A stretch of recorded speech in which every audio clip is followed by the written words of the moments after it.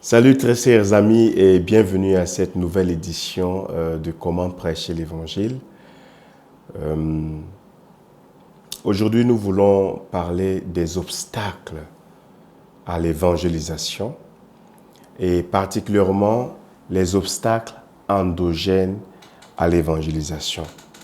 Lorsqu'on parle des obstacles endogènes à l'évangélisation, on parle des obstacles qui sont liés à la personne qui prêche l'évangile. Donc, ce sont les obstacles internes de la personne qui veut prêcher l'évangile, contrairement aux obstacles exogènes que nous verrons dans une autre émission, qui sont les obstacles qui sont liés à l'extérieur. Quand on parle des obstacles endogènes à l'évangélisation, il s'agit principalement de deux obstacles. Le premier obstacle, c'est la honte et le deuxième obstacle, c'est la peur. Commençons par la honte. Je suis sûr que certains déjà se voient dans ces obstacles. Il y a parfois, quelqu'un veut vraiment prêcher l'évangile, mais la personne a honte. Qu'est-ce qu'on va dire? Oh, moi qui suis comme ça, oh, ainsi de suite. Comment les gens vont me voir? Comment est-ce que, ainsi de suite? Mais la grande question, c'est pourquoi les gens ont honte? Qu'est-ce qui te fait avoir honte?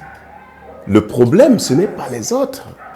Le problème, c'est au niveau de la considération de l'évangile que tu as. C'est quoi? Quelle est la valeur que tu offres à l'évangile? Ou alors que tu perçois de l'évangile. Vous savez que un riche n'a pas honte d'être riche. Quelqu'un qui a l'argent n'a pas honte d'avoir de l'argent. À plus forte raison, l'évangile. L'évangile qui a une valeur supérieure, qui vaut plus que l'or et l'argent. Donc, si tu sais que c'est l'évangile, tu es un évangéliste, tu portes l'évangile, tu as l'évangile, comment peux-tu avoir honte de l'évangile? Donc, si vous avez honte de l'évangile, comprenez que la perception de la valeur que vous offrez à l'évangile est vraiment très minime et revalorisez l'évangile dans votre cœur. Sachez que c'est la meilleure de toutes choses. De la même manière qu'un riche n'a pas honte d'être riche, quelqu'un qui prêche l'évangile n'a pas honte de prêcher l'évangile.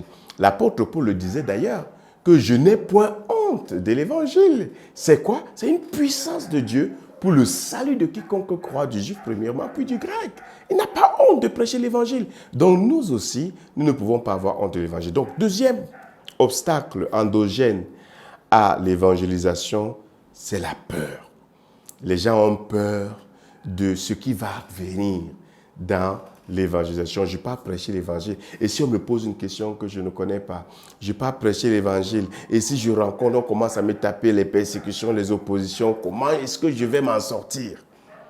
Ce que je peux vous dire, c'est que la Bible dit que tous ceux qui veulent vivre pieusement en Jésus-Christ seront persécutés. Donc, si vous voulez vraiment obéir au Seigneur, vous serez persécutés. Donc, il ne faut pas avoir peur d'être persécuté. Ce n'est que normal en tant que chrétien d'être persécuté par rapport à ça. Maintenant, par rapport peut-être au manque de connaissances ou bien des connaissances limitées, alors ce que vous devez faire, c'est de pouvoir travailler dur, apprendre davantage sur le Seigneur Jésus-Christ, le connaître davantage avec les gens. Et là, ça va vous aider de telle sorte que lorsque vous allez arriver, vous n'aurez pas peur que si on me pose une question. Et en plus, sachez-le, vous n'êtes pas seul. Le Seigneur Jésus-Christ a dit, je serai avec vous tous les jours jusqu'à la fin du monde. Souvenez-vous, quand il le disait, il avait déjà dit, allez, faites de toutes les nations des disciples. Et dans le verset 20 du chapitre 28, il dit, je serai avec vous tous les jours jusqu'à la fin du monde. Et de l'autre côté, nous avons un accompagnateur qui est le Saint-Esprit. Il est avec nous, il nous accompagne. Donc, toute question, il est l'enseignant. Il sera capable de vous rappeler ce que vous ne connaissez même pas et vous dire ce qu'il faut même dire exactement. Donc, vous n'avez pas besoin de ça. Et troisième chose que je peux vous dire par rapport à la peur, c'est de pouvoir s'accompagner, être dans une équipe. Aller avec quelqu'un qui connaît mieux, Commencez avec la personne, regardez comment la personne répond aux questions et plus tard, vous aussi, vous allez prendre, ainsi de suite. Donc vraiment, nous pouvons mettre de côté tous ces obstacles endogènes à l'évangélisation et aller prêcher l'évangélisation étant avec assurance, étant certain, étant sûr, avec passion et avec zèle. Que Dieu vous bénisse, ôtez la peur, ôtez la honte pour prêcher l'évangile. Si vous avez aimé cette émission, n'oubliez pas de pouvoir cliquer sur le pouce. Cela va permettre que cette émission soit davantage connue. N'oubliez pas également de vous abonner si vous ne vous êtes pas encore abonné et de, bien sûr, sonner à la cloche pour permettre que vous puissiez avoir d'autres émissions. Autre chose, laissez-nous un commentaire pour nous permettre de savoir si ce que nous faisons vous intéresse et si cela est bien, n'oubliez pas. Et si vous connaissez d'autres personnes qui sont intéressées à prêcher l'évangile, n'oubliez pas de leur partager. Et il y a quelque part, vous mettez seulement partager et vous partagez l'émission. Les personnes seront bénies et vous serez bénis.